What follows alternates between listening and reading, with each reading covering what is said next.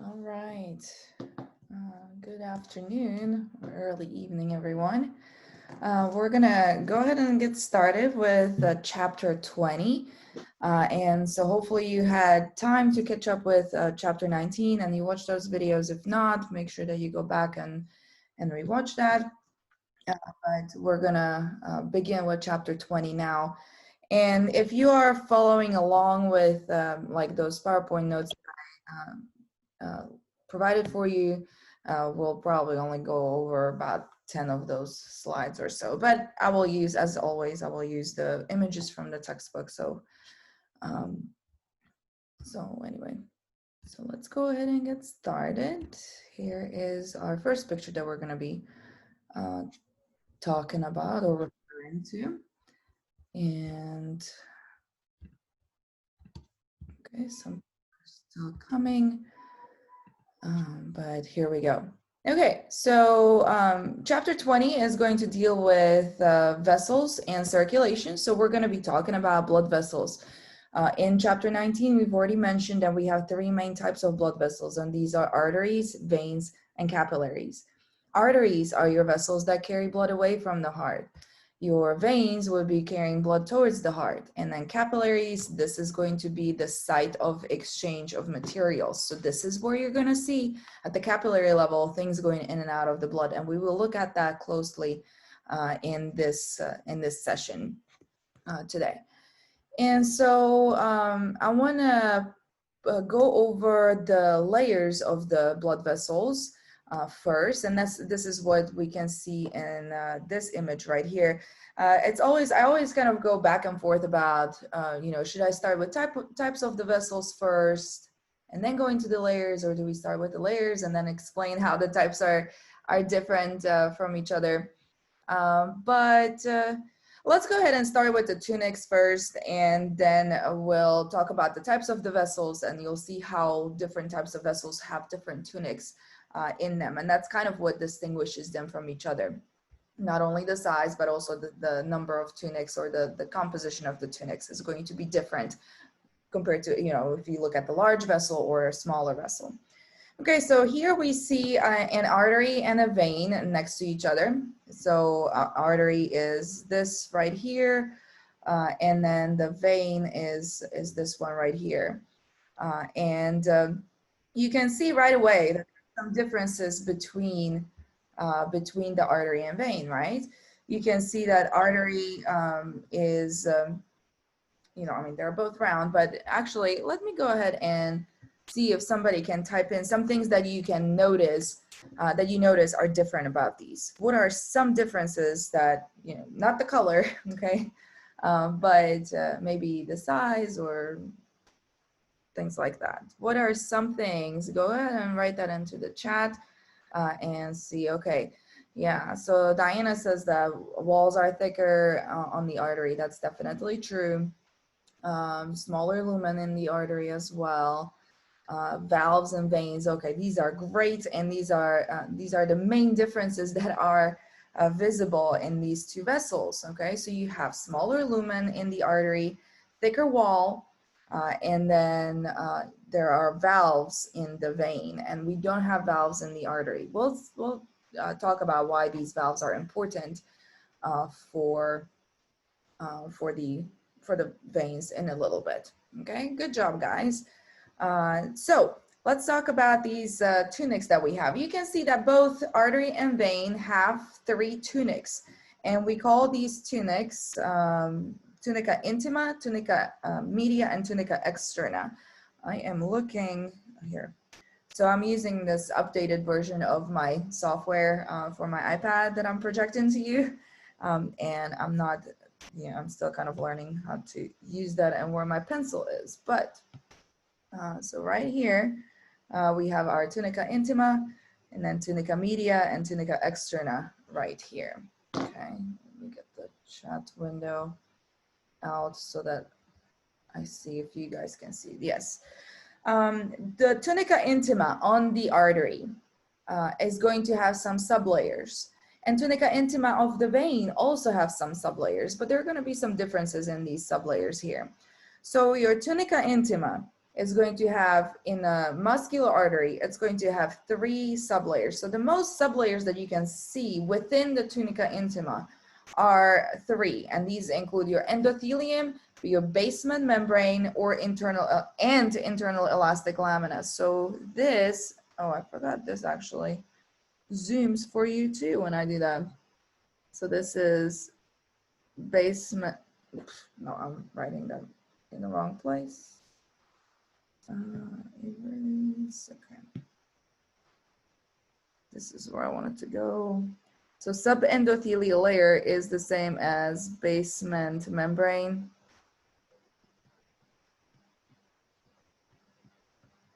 Okay, this seems to be working quite smoothly here. All right, so I'm not sure why they chose the term subendothelial layer for the image, because from here on now, they're going to be calling it basement membrane. Anyway, so it can be both here, subendothelial layer or basement membrane. And then internal elastic lamina would be the third part that you would see. When you compare those 3 sublayers to the vein, you see that only one of those sublayers does not have a line to the vein, and that is your internal elastic lamina, right? So this is only going to be visible in the artery. And this is generally true just for veins in general, that veins do not generally have elastic laminae, meaning that doesn't mean that veins are not elastic. Veins do have elastic fibers, and they are elastic, but they don't usually have these fibers concentrated in discrete layers like this, like what we see on this artery. And I do also want to point out that this is a muscular artery. Okay. And I know we haven't gotten into those types yet, but this will be a muscular artery where we see this elastic lamina. Okay, tunica media is then going to be composed of your smooth muscle. So there's a layer of smooth muscle in the artery. It's very thick. It's the thickest part in this muscular artery. It's the thickest part of the vessel. And that's the smooth muscle, and then the external elastic lamina. So for some reason, the smooth muscle is not labeled here, but this is smooth muscle. Okay. And then you have the external elastic lamina there. For the vein, the tunica media is just the layer of smooth muscle. So tunica media and smooth muscle are the same. So tunica media in a vein does not have sublayers, because again, we don't have that elastic layer there, okay? And you can see that in the vein, it's much thinner compared to the artery, okay? So that is tunica media. And then tunica externa does not have any sublayers. Tunica externa is just tunica externa. So that's that. So the way I remember this, I think that kind of helps me whenever, whenever I was learning this, is you go from tunica intima. Intima would be the internal part, right? And going out, okay, first of all, you have to memorize their order, okay? There's not really another way around that, but you have to memorize that. I mean, media sounds like it's something in the middle, right? Externa, external. So don't be labeling anything inside as externa, that's external. So the names are not difficult, I think, to memorize as far as order goes. But the way that I would remember the sublayers is that the tunica intima and I would go with the artery because that's the most of the sublayers that you can see. So tunica intima has 3 sublayers, tunica media has 2, and tunica externa is just 1 thing for the artery. So it goes from 3 to 2 to 1. So 3, 2, 1. It goes in order, right? Then in order for me to transfer that into the vein, then I know that, okay, there's no elastic layers in the vein. So it's the same as the artery minus those elastic layers. Okay, that's kind of a way to go around this. It was cloudy all day and now it's like the sun is shining right in my face.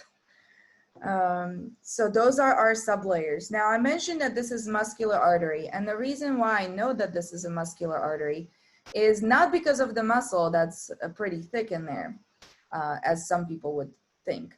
Okay, the muscle layer is actually thickest layer for any type of artery.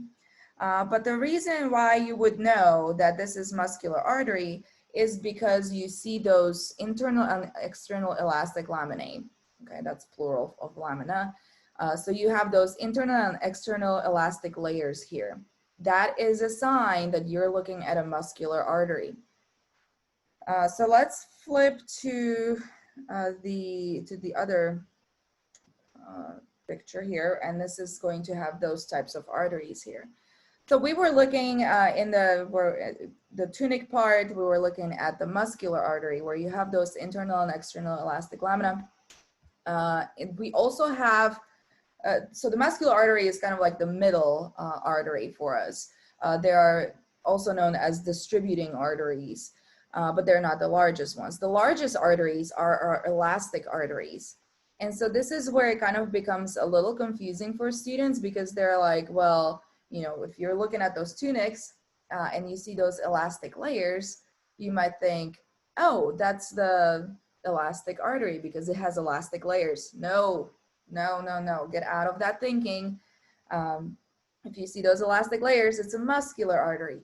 Elastic artery would not have these elastic layers, but rather it would have all these elastic fibers throughout all of the layers. So the whole thing is elastic. There are abundant elastic layers in all the sublayers of the elastic artery. So you wouldn't see just those two layers. So that's the elastic artery. Elastic arteries are our largest arteries. They're also known as our conducting arteries. So these are your aorta, your pulmonary trunk. So those largest vessels. And they have to be really elastic because these are the arteries that are going to receive blood directly out of the heart. They're closest to the heart. And so when the heart contracts, it stretches. So these elastic arteries are able to withstand that stretch and that increase in pressure. Okay, those elastic arteries will then branch into smaller arteries, which are the muscular arteries. As I said, those are the distributing arteries, and those are the ones that have the elastic laminae. And then ultimately muscular arteries will branch into even smaller arteries, and these are known as arterioles. And at the arteriole level, you will see the most variation here in the tunics or in the sublayers, because some of the largest arterioles have all three tunics. They have your tunica intima, media, and externa. But by the time we get to the smallest arterioles, they're going to be almost like capillaries, but they'll have a smooth layer, smooth muscle layer on top of them. And you'll see that when we look at the capillary bed here in a little bit.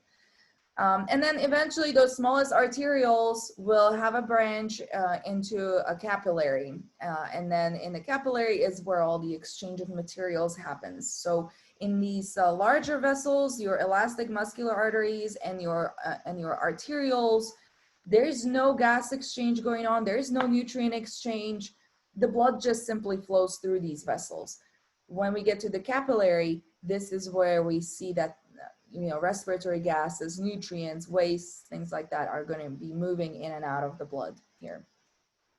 Eventually, when the blood passes through the capillary bed, it will then be collected by veins. The smallest veins are known as venules. Then we have small to medium-sized veins. They don't even have like fancy names like arteries. And then the largest veins are large veins. So we don't actually name those. We focus more on the arteries. You'll notice that even in the naming, we always name more arteries than veins for some reason. I don't know why, but that's what we do. That's the division of the different vessels here. Okay, just keep in mind that, I don't know, sometimes like when students are supposed to classify like the sublayers into tunics, write that down somewhere on a piece of paper and write, okay, tunica intima of artery, and then write the three things that belong there. Then tunica media of artery, right? The two things that belong there. And then tunica externa is just tunica externa. And then next to it, you know, write, tunica intima of vein, and then write those layers. And then you can see those sublayers next to each other, and you can compare nicely, what are the similarities, what are differences there. So that's this image right here. I do want to go back into just kind of touch upon this image right here. This shows you a microscope view of an artery and a vein. These are relatively small vessels here, because you can see they're surrounded by adipose tissue. So those white bubbles are adipose cells. So these vessels are not very large. But you can definitely see how much thicker the artery is. Artery is this right here. Okay, this is your artery, and this inside right here, that's the blood. And then next to it, you see, and now I'm drawing, I didn't notice I switched that, but that's the vein, what I just circled in the green, and you can see it's much thinner. Because this is a relatively small vein, it actually looks pretty circular, but in real life, like if you look at your histology slide file, there you would see that the vein is very collapsed, it's squished. So veins actually collapse when they're not filled with blood. Arteries generally stay pretty round because they're thick. So whether they're filled with blood or not, they generally keep their shape. But veins are so thin and their lumen is so large, if there's no blood in them, they squish. And so you kind of see them squished on the slide. Again, that's on your histology slide part. Okay, so let's go. And then this is also a nice table that gives you the comparison between the artery and vein. I would actually, whenever you're studying, like you're doing your reading, I would try to construct this table myself, write down the differences between the artery and vein, and then go back and compare that with the table and see, okay, what did I miss? Because, sometimes students just want to kind of look at the table like, oh, they've already done it for me, right? But you learn it better if you do it yourself, right? So that's that. Here's some other images of the vessels here. Specifically, we are looking at elastic artery up there, so you can really see all those elastic fibers throughout all of that vessel there. And then the muscular artery is in the middle. I'm not gonna have you tell them by picture. So this is just FYI, this is what they look like. Yeah, this one even shows you a plugged up artery here, the small artery there. And this goes with the clinical view. So if you're interested in the clinical view, you can read about this, but we're not gonna focus on that now. This is another clinical view and shows you what aneurysm is, right?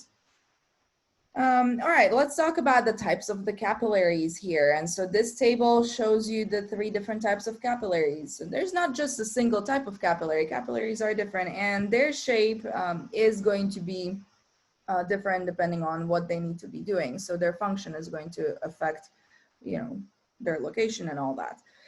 So we have a continuous capillary. Most capillaries in your body are continuous capillaries, and these are right here. Okay, this is, so you can see that the endothelium is pretty thin. It's just a single layer of endothelium that composes that vessel. And then on the outside of that endothelium, you have a basement membrane that covers it. So you have a continuous layer of endothelial cells, and that's squamous endothelium cells, right? They're flat, and that's covered by the basement membrane. These are, as I said, most of your capillaries in your body are these continuous capillaries. We also have capillaries that are known as the fenestrated capillaries, and these look just like continuous capillaries, but they have fenestrations on them. So fenestrations are these. If you look at this, how do I undo? Okay. If you look at these little holes right here. So I'm looking at this vessel right here, and you see those little dots there. So those dots are the fenestrations, and these are like really thin areas in the cell's membrane, almost like holes. Think about them as pores or holes or openings. So when something is fenestrated, it has holes in it, right? And so that's what these are. But you still have that continuous basement membrane covering all of this. The fenestrated capillaries are good for allowing larger materials to pass through. So from inside of the blood to the interstitial space or the other way around, okay? So they just allow larger things to pass through either direction. We see a lot of fenestrated capillaries in our kidneys because kidneys are going to be filtering blood. So we're going to see these fenestrated capillaries there. We also see fenestrated capillaries in small intestine where we're absorbing things. So we're just allowing to absorb more things faster and larger things as well. Those are the two main crucial areas where you these fenestrated capillaries. There are some other examples here as well that you can look at. So, and then the last example or the last type of capillary are sinusoids. Okay, so that's this third one right here. And sinusoids are, they're kind of strange because they're almost like right here in this view, it does look like it's a vessel, right? But after this unit, when we look at chapter 21, we will be talking about spleen, and you will see some sinusoids in the spleen, and they're not going to even look like vessels. They're just going to look more like spaces. Okay, so sinusoids are, they have some endothelial cells, you know, like you see here, but they're not nicely next to each other tightly like we see in the fenestrated capillary and in the continuous capillary. They have gaps between them. And then you might see a basement membrane there, but a lot of a lot of sinusoids don't even have the basement membrane present. So this one shows you large gaps between the cells. So see these large openings right here between the cells. So again, it's not a nice continuous tube. And then the basement membrane is here. It's shown. Sometimes sinusoids don't have basement membrane at all. Now, sinusoids are good for allowing really large things to go through. So if you remember from the blood chapter, we talked about like your erythrocytes. Erythrocytes only live for about 120 days, right? And then they have to be recycled. Well, if you're trying to recycle an erythrocyte, you have to get it out of the blood first. This would not be possible in the continuous capillary or fenestrated capillary. Erythrocyte, look how big the erythrocyte is. Okay, you can see it inside there. It wouldn't be able to pass through the fenestration. Where it would be able to pass through or out of the blood would be in the sinusoid, because sinusoids have these large gaps. So that's our sinusoid. We see sinusoids also in the liver, as well in the bone marrow. In the bone marrow, you formed elements. So sinusoids having these large gaps, this makes it easy for new formed elements to enter the blood and go wherever they need to go. And then liver also recycles erythrocytes and things. So that's where sinusoids are useful in liver as well. So that's our types of capillaries. So be able to tell me the representative area for the sinusoids. Okay, let's look at this image right here. So here we're going to be talking about the capillary bed and the structure of the capillary bed and kind of how the blood flow works here. So notice here, you're looking at the arterial end right here. And this is your smallest type of the arteriole. Remember me saying that the smallest arterioles have just a single layer of smooth muscle. It's the tunica intima and a single layer of smooth muscle there. So those pink things that look like they're wrapped around the vessel, that's smooth muscle cells. So arterial end is going to bring the blood to the capillary bed. Arterial end will eventually have a branch from it, and that branch is known as medarterial. I don't know how to change the color of this pointer here. So hopefully you can see it because it's red on red here. But this part of this vessel would be meta-arteriole. As this vessel continues, so see how I'm following it, the venous end of that vessel is known as the thoroughfare channel. Okay, so it technically looks like a single vessel that has some branches, right, which will be our true capillaries.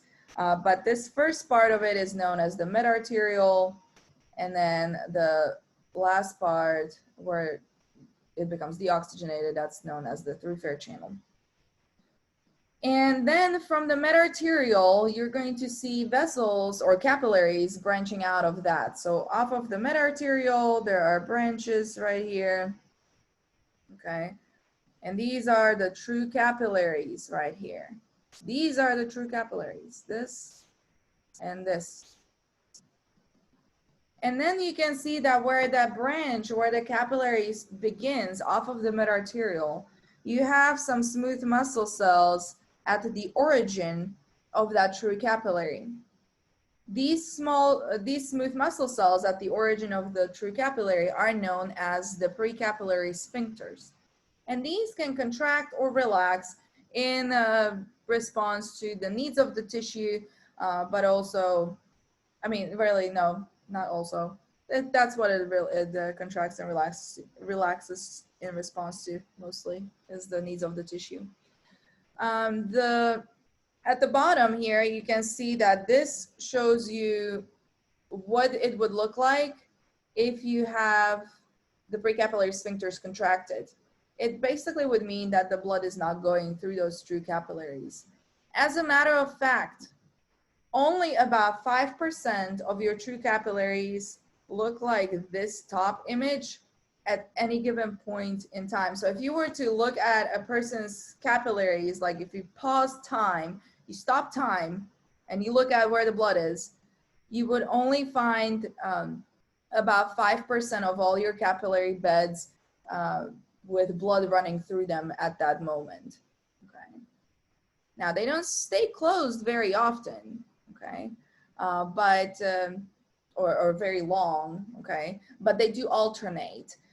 This is the reason why you have most of them closed, is because we simply don't have enough blood to fill up all our capillaries. Okay, we have, I think, about 60,000 miles or something crazy like that of capillaries in our body. That is a lot of capillaries that would require a lot of blood, but we only have 5 liters of blood. That's not enough to fill all these capillaries up at the same time. And so these capillary beds simply alternate, and you know, at one point one is open, another point another one is open, and they just take turns. Okay.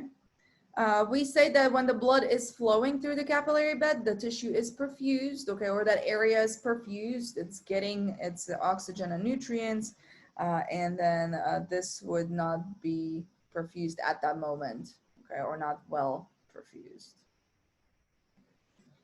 So that's kind of the nutshell of the capillary bed.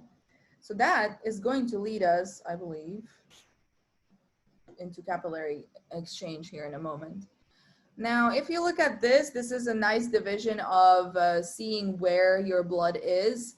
Okay, so you can see that about 18% of all your blood volume is in the pulmonary circulation. Your heart holds quite a bit of blood, actually, 12%. That's only 6% more than the whole pulmonary circulation. I mean, less. Heart has less than the, so anyway. And then systemic circulation, of course, it's the largest, okay? That's the rest of your body, you know, other than heart and pulmonary circulation. So the systemic circulation is going to have about 70% of your blood in it. I don't think I'm going to ask you the numbers, but I would like you to know where the most blood is found. So as far as circulation goes, the most blood is found in the systemic circulation.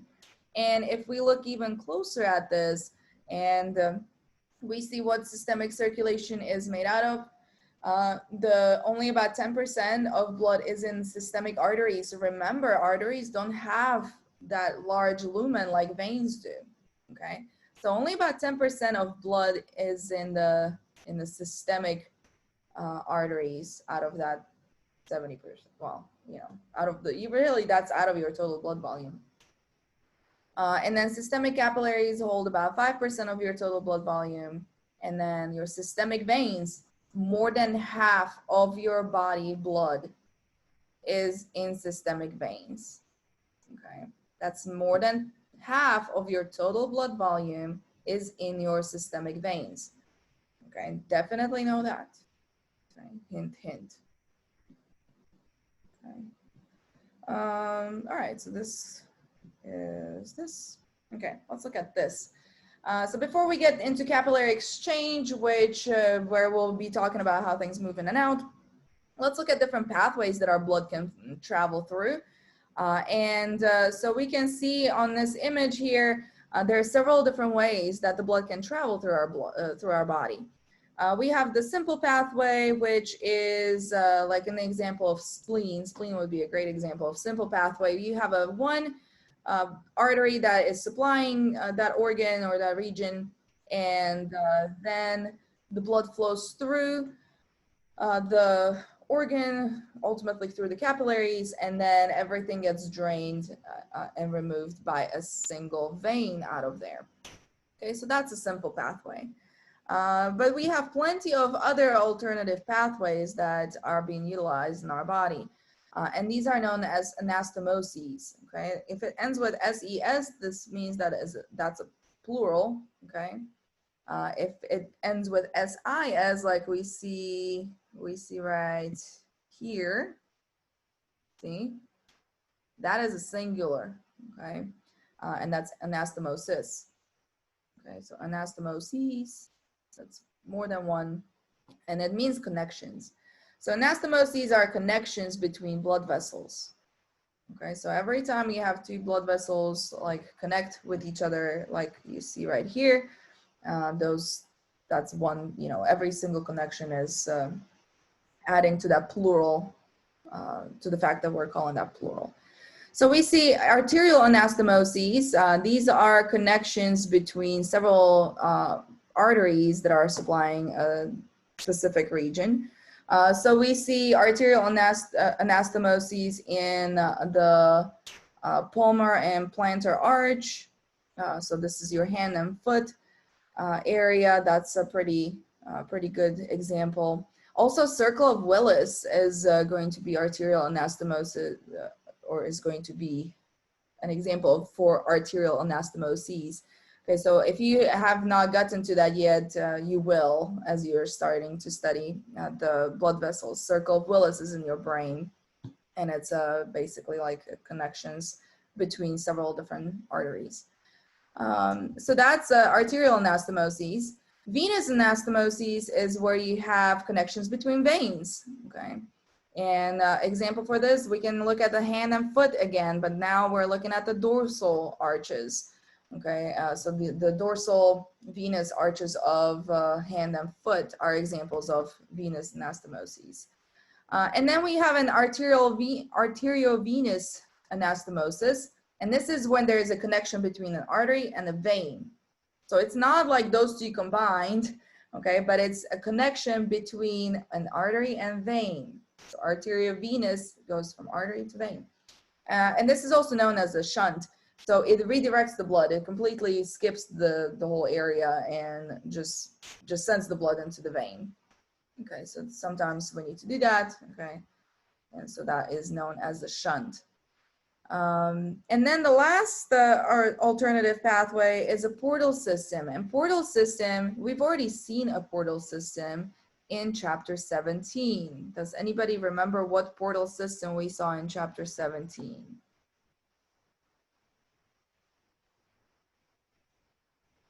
If you remember, put it in the chat.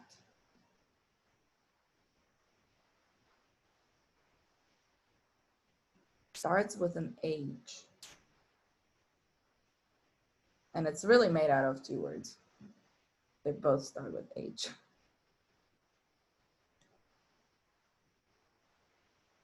It's pretty small. It's in the brain somewhere. Giving you hints there. Okay, fine, I'll tell you. It is the hypothalamo-hypophyseal portal system.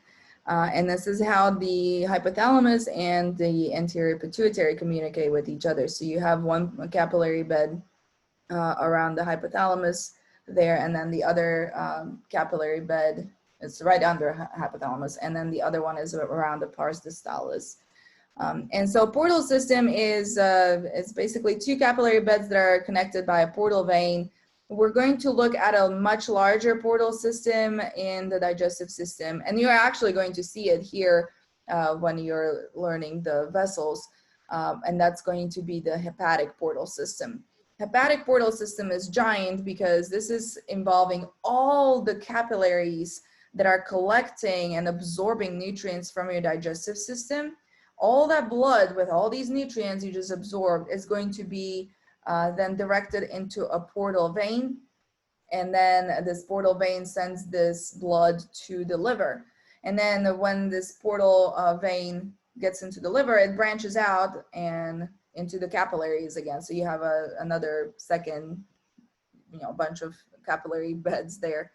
This is how we basically purify the blood, process some things that we digested, metabolize different things, and before we send that blood and all those nutrients back into the main circulation. So that's the portal system there.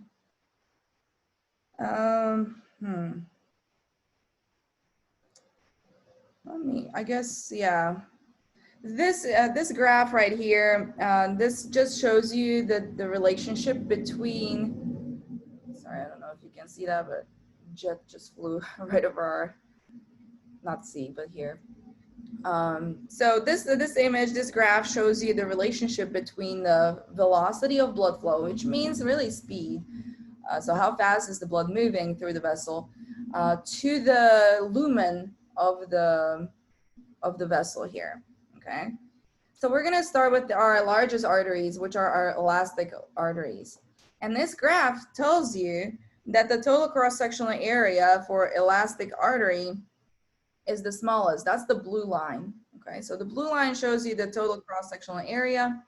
And here we're looking at elastic artery, and I'm telling you that the total cross-sectional area is the smallest.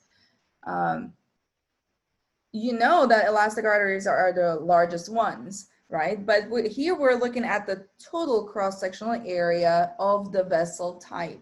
So even though elastic artery by itself has the largest lumen out of all the vessels, well, I take that back. That veins have a larger lumen, but anyway, cross-sectional area, I guess, is what we're looking at. There are only a few elastic arteries in your body, right? So if you add up those cross-sectional areas of those few elastic arteries that you have, you're not going to have a huge number for this, okay? Now, on the other hand, we're looking at capillaries here, and capillaries have the highest total cross-sectional area. Well, you know that that is true because I just told you a little while ago that there are about 60,000 miles of capillaries in our body.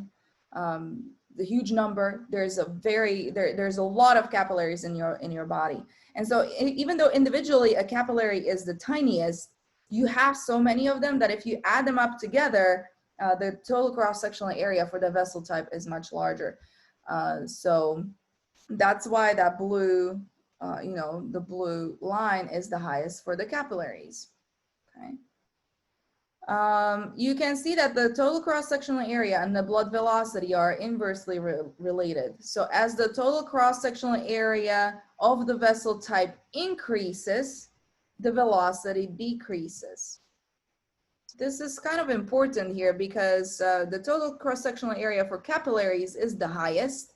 They're the smallest vessels, and therefore we don't want the blood to move at the same speed with the same pressure through a capillary like it is moving through aorta, because if that was to happen, capillary would just simply rupture. Okay, it can't handle high velocity and high pressure. And velocity and pressure are kind of related, right? How faster it goes, the higher the pressure is. So anyway, so this has a physiological importance. I don't know why they didn't make this graph as like in terms of, you know, the size of the vessel versus velocity. Somehow, for some reason, they decided to do it like this with the total cross-sectional area. Now, I want to point out to you that the velocity of the blood flow in the vena cava is never going to reach the same velocity as in the elastic arteries. And you know, even though the cross-sectional area for those large veins is pretty much the same as elastic arteries, the speed never catches up all the way to what it was in the beginning. And this is because elastic arteries get the blood from where? Elastic arteries, that's your aorta and pulmonary trunk, are the largest ones. The blood enters these two from, who sends blood there? Anyone? Starts with an H again.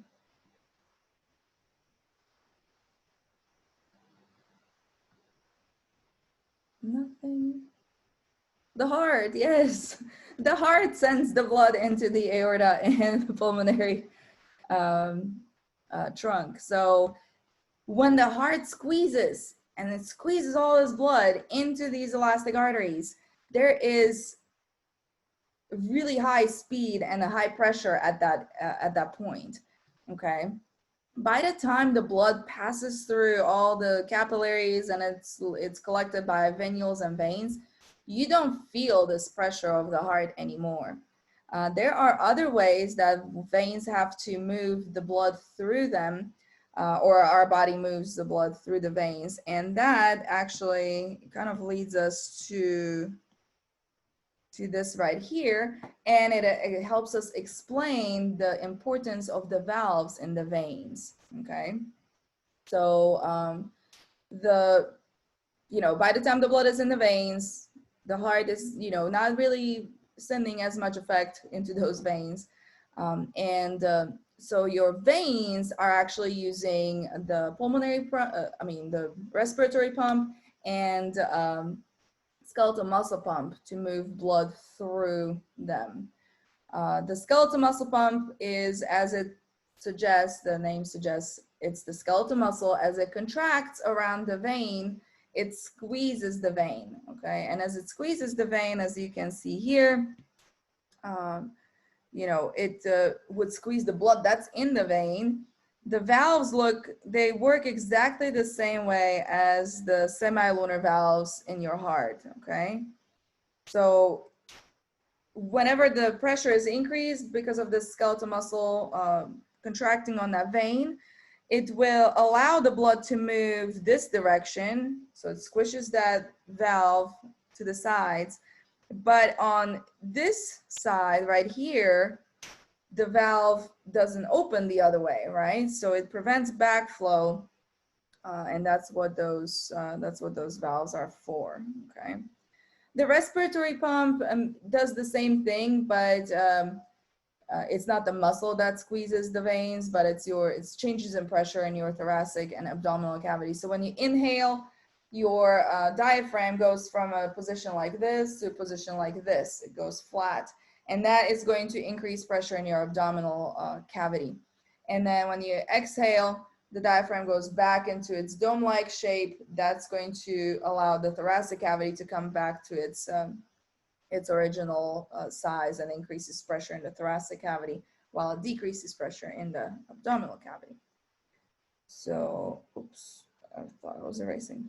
Okay, so anyway, let's go back to our capillaries here, and we're gonna look at the capillary exchange, and then we will be done. Now, when people generally look at this picture, they want to run away from it because there's a lot of abbreviations and a lot of numbers there. So I don't want you to run away from this, but what I want to do, whoa, what did I do? What I want to do here is, how do I go to whiteboard here? No. Okay, hold on. I don't know what I just did.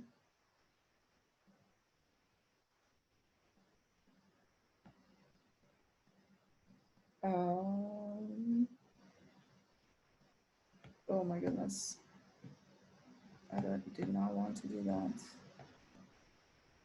Okay, I was here. Okay, I got back.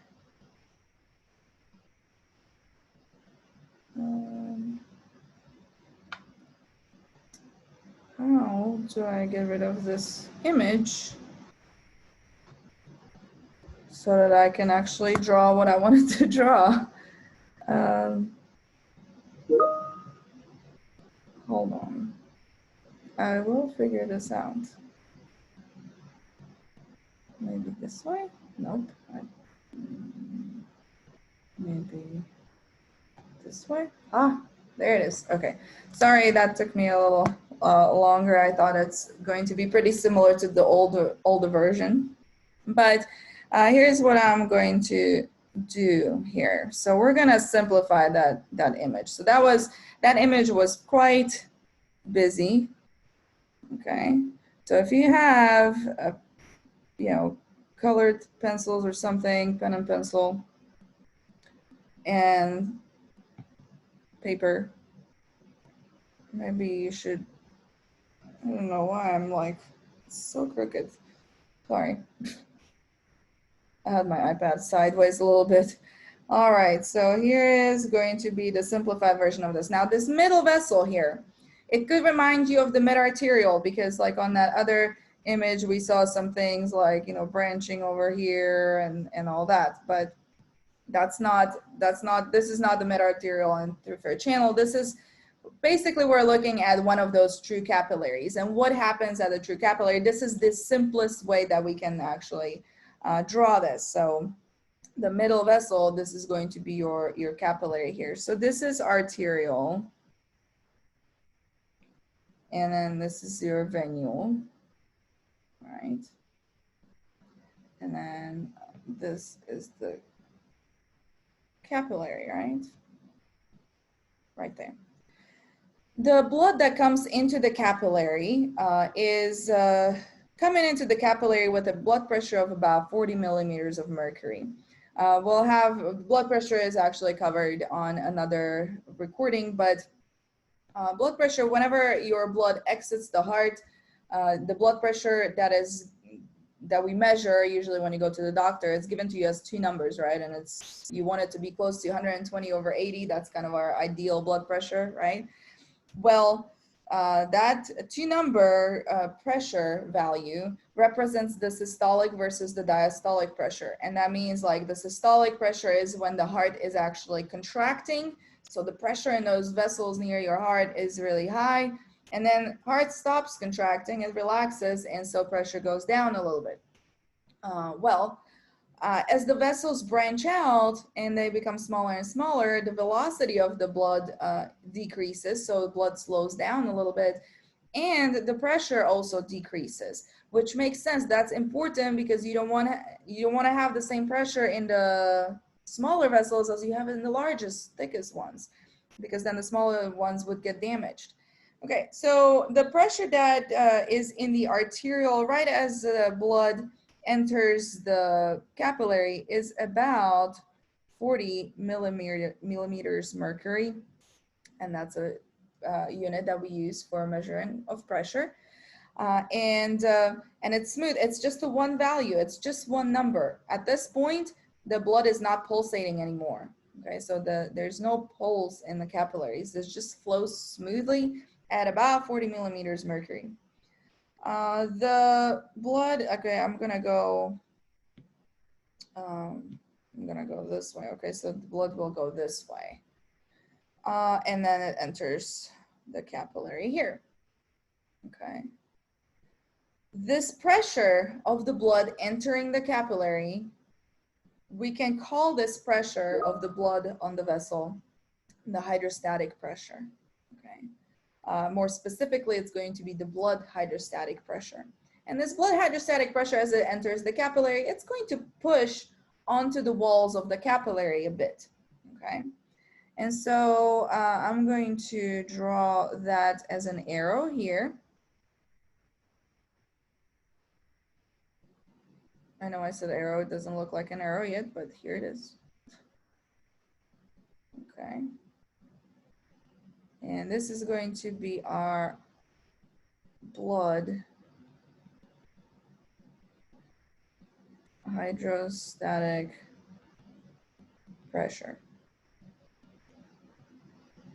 Okay.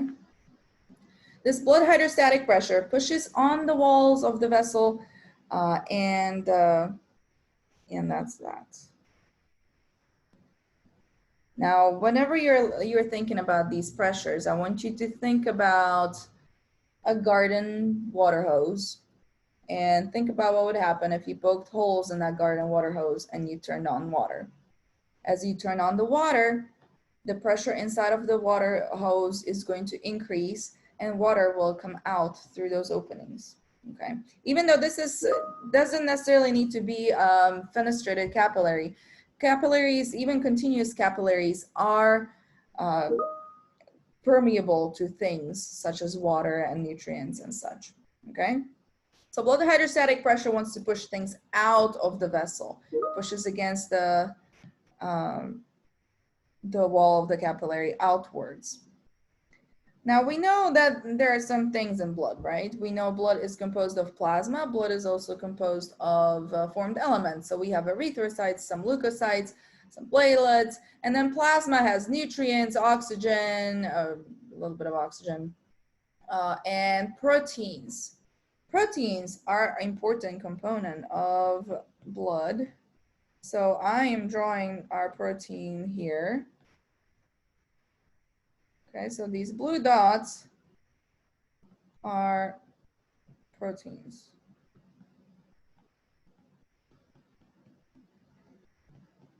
And hopefully it's kind of obvious that it's the same throughout, right? Proteins are actually molecules that are large. They're too large to pass through the capillary wall. So proteins are going to remain in the blood. I mean, most of the proteins that we have in the blood are transport proteins anyway. Their job is to transport things through the blood, so we don't need to be pushing them out into the interstitial space, right? And so you might have a few proteins in the interstitial fluid, but not very many, okay?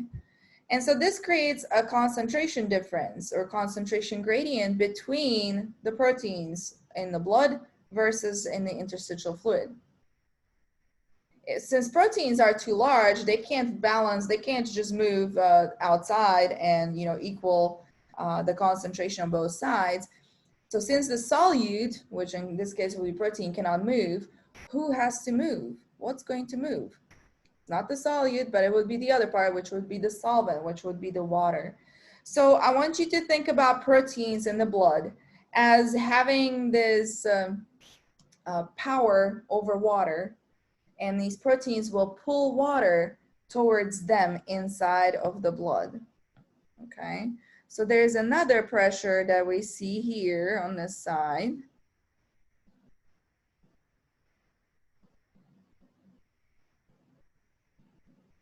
And that is known as the colloid osmotic pressure.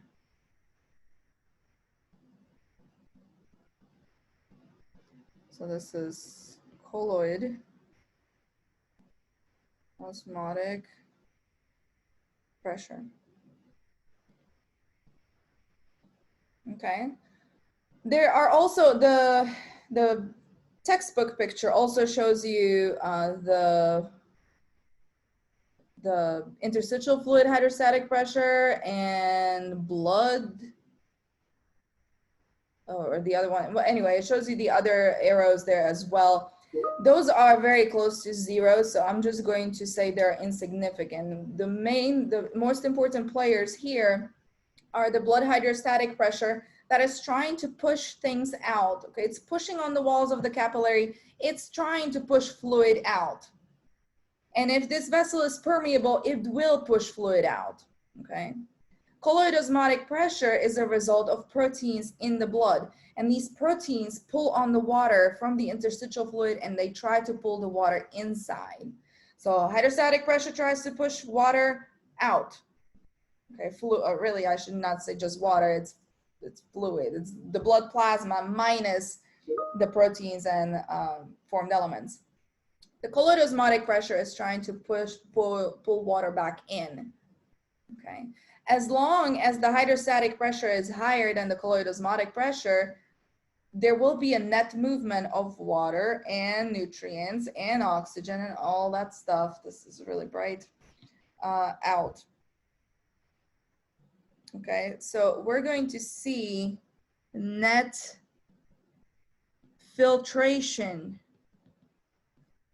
Okay, it's called filtration because we're not moving everything from the blood. We're only moving the plasma without the proteins. Okay. Now this plasma, this was oxygenated blood. So this plasma is carrying with itself oxygen. It's carrying nutrients. It's carrying, yeah, that's that. Oxygen and nutrients. That's what we're trying mostly to deliver to the tissues. Okay. Now here, where I just drew the wavy line. Okay, that is where your tissue cells are. Okay, I didn't draw them in there, but that's this is tissue. There are cells and interstitial fluid in that area. Okay, so as that fluid is being pushed into the interstitial space, interstitial fluid, it brings nutrients and oxygen and whatever that tissue needs into that area to those cells. As that fluid flows through, not only is it delivering everything that that tissue needs, but it's also picking up waste from the cells. Okay, so the fluid is moving, it's giving all the cells nutrients and oxygen, and it's also picking up waste products. It is picking up carbon dioxide and so on. So the composition of the fluid changes as it flows through. Also, one other thing that is happening is that as we're filtering, we're pushing all this fluid out, then there's less and less fluid in the blood as the blood moves this way. If there is less and less fluid as the blood moves through the capillary, what's happening to our hydrostatic pressure of blood? Do you think it's going up or down since we're losing water? There's less and less water in a vessel. What do you think? Is the hydrostatic pressure going up or down as the yellow arrow goes? Think about a water hose. The more water you turn on, is there a higher pressure or lower pressure? Yes, it would go down, okay? So because you have less and less water, there is less of stuff that can physically stretch that vessel, right? And so pressure would actually go down, yeah. And yeah, well, yeah, okay. So that's going to kind of make up for things whenever our blood volume goes down, would see vasoconstriction. But this is just normal. It doesn't need vasoconstriction in this point. That's just a normal kind of a flow. So as we are losing the fluid to the interstitial space, the pressure inside of the vessel, inside of the capillary goes down. So then your blood hydrostatic pressure here is no longer the big guy here, but it's smaller. Now, did our proteins change at all? Proteins stayed the same throughout. Nothing really changed in the interstitial space. Nothing really changed in the blood because we didn't move the proteins anywhere other than along the vessel. And so the colloidal osmotic pressure, this is always tricky part. I'm always trying to make that arrow the same on both sides, and I always kind of fail to do that, but they look kind of relatively the same, okay? So colloidal osmotic pressure now is the same, but hydrostatic pressure is now lower. And so what's happening on this side, since the colloidal osmotic pressure is higher than the blood hydrostatic pressure, that's going to cause water to be pulled back in, okay? So there's going to be a net movement back into the blood, and that is known as reabsorption. So you filter out fluid full of nutrients and oxygen and things for the cells, and you reabsorb fluid that has picked up all the cellular waste, metabolic waste from the cells, and carbon dioxide. And therefore, the fluid here, or the blood here, is considered deoxygenated blood, okay? As a side note, well, that's not really a side note, it's kind of important. Almost all of the fluid returns back into the blood and back into the vein or the venous end, but not all of the fluid returns back into the blood. There's about 10 to 15% of fluid that is going to be absorbed by a lymphatic capillary. So this is a lymphatic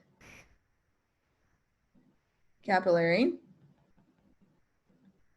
and it absorbs anywhere between 10 to 15 usually percent of fluid. Okay, I didn't write that down there, but I'm saying it. Okay, it's about 10 to 15% of fluid that got filtered will be absorbed by the lymphatic capillary and run through a lymphatic system. This is an important part of how your body scans for any traces of infection and such. And so we'll talk about that in chapter 22, actually, is where we're going to really see how this works. So not all of the blood, all of the fluid returns back into the blood. So you'll have less blood that's actually entering the venule. And venule is larger, has a larger lumen than the artery. So the pressure is going to be lower for those two reasons. And pressure right here is about, what am I writing? It's about 20 millimeters of mercury here, okay? And it only decreases as we move, into larger veins. The blood pressure or the blood pressure in the larger veins that are right before the heart, as the blood is returning back into the heart, is close to zero. Okay, this is why we have to rely on the skeletal muscle and on the respiratory pump, okay, because the blood pressure is lower. And this makes sense. As you're going from the heart, as the blood leaves the heart, the pressure is the highest, and then as the blood moves through the body, it just gets lower and lower until we get back to the heart. So this is what we call blood pressure gradient. And that makes sense because otherwise, like if this was the other way, the blood wouldn't be able to move towards the area of higher pressure, right? So blood pressure simply decreases as we go through our cardiovascular system. Okay, well, I'm going to stop here at the capillary exchange. The next section, I don't have my textbook next to me, but it's going to be about regulation and blood flow, and then we'll also talk about, I'll talk about the blood pressure as well. So those recordings are already posted for you. So watch those, and I like to keep the live thing at an hour. And so I was successful, plus I can't see anything. So I'm gonna go ahead and stop sharing here and stop recording. And then if you have any questions, ask away.